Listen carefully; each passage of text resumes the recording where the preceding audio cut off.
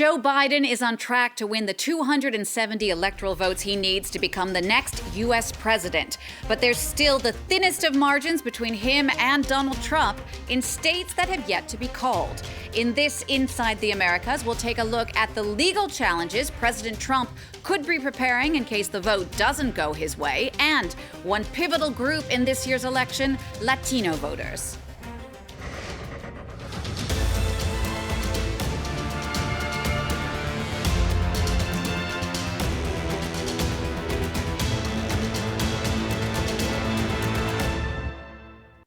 I'm Jeannie Godula.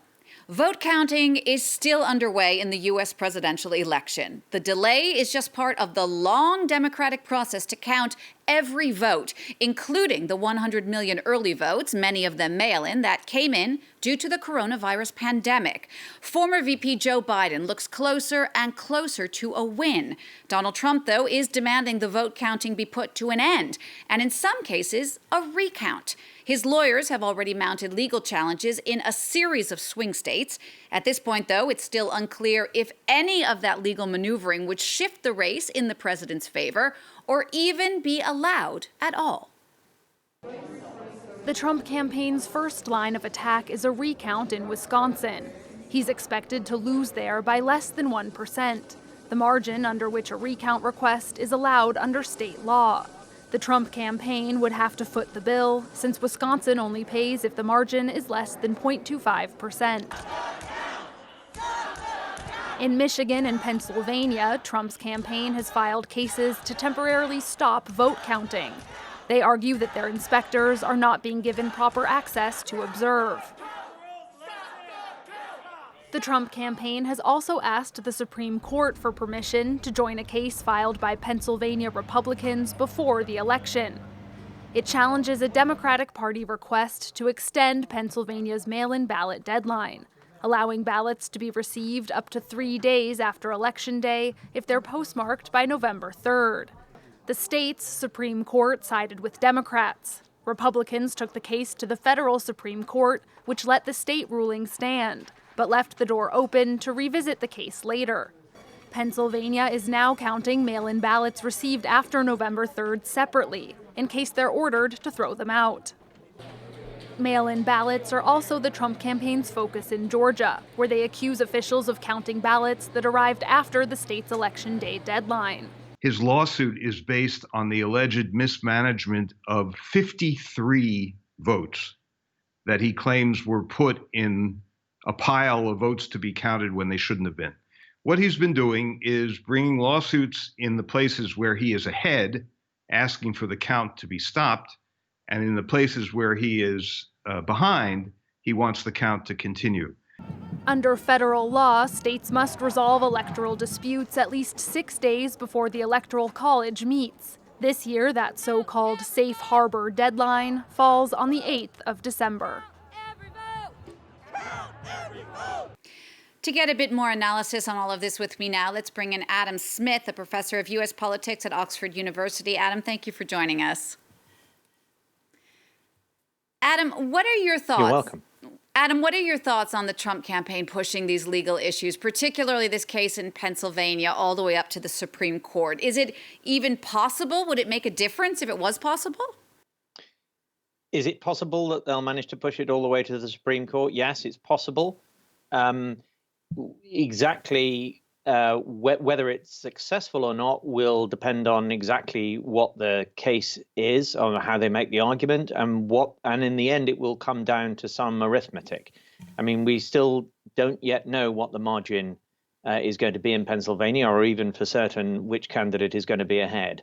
We all remember the situation in Florida in the 2000 election, but recall that the situation there was essentially about one county and votes in the hundreds that made the difference. If this is a matter of tens of thousands of votes, then it's less likely that the legal challenges will run that far. One thing that we did see just hours after the ballots closed was President Trump making what some thought was a shocking, astonishing speech where he said things like, frankly, we did win this election.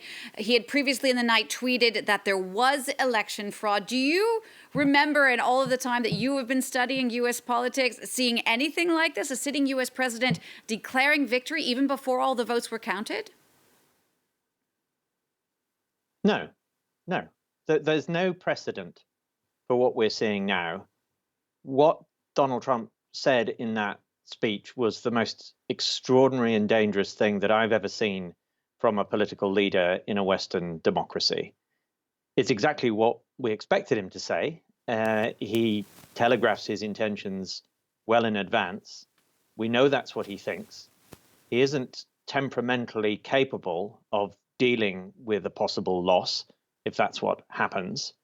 And he and his supporters have deeply authoritarian instincts.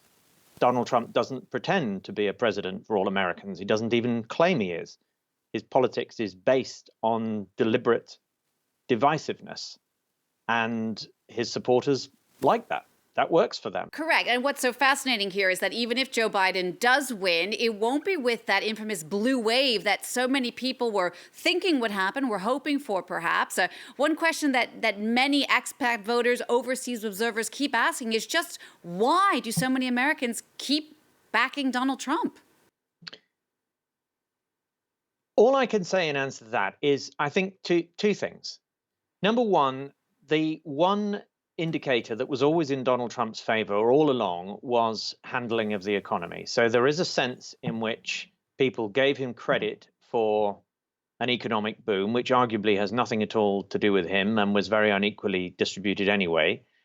And the fact that the economy has been in tatters in 2020 because of the virus, they don't blame Trump for that. So he had that in his favor. But the other thing, and the thing that is perhaps difficult for many people to get their heads around, is that people just like this guy. They think he's funny. They think they enjoy the fact that he isn't like a traditional politician in his demeanor or his language. Adam, do stay with me. One of the groups where we saw Donald Trump really working to get the vote was the Latino vote, particularly in the state of Florida, and that did pay off. Our Catherine Viette takes a closer look now at that decisive block of voters. An election first, as Hispanic voters are projected to overtake Black voters to become the largest ethnic minority group in the U.S. electorate. In 2020, they account for just over 13% of eligible voters. It's a key demographic that both candidates have been courting. But exit polls show Donald Trump has done a better than expected job of gaining their support.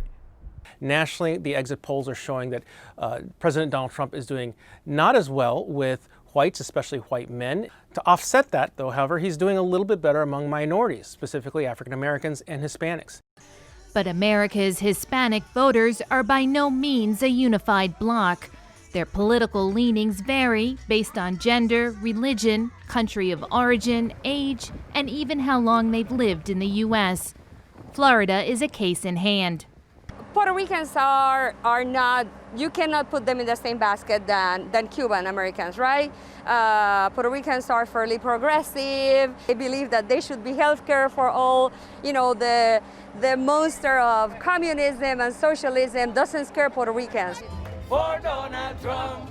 Republicans tend to rely on the support of the state's conservative Cuban Americans. Coming from Cuba, we all know what communism and socialism looks like.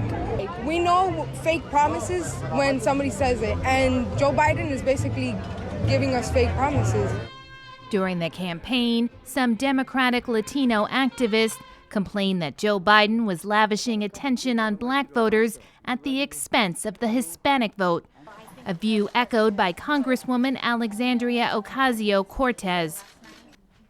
I will say we've been sounding the alarm about democratic vulnerabilities with Latinos for a long, long time. There is a strategy and a path, but the necessary effort simply hasn't been put in.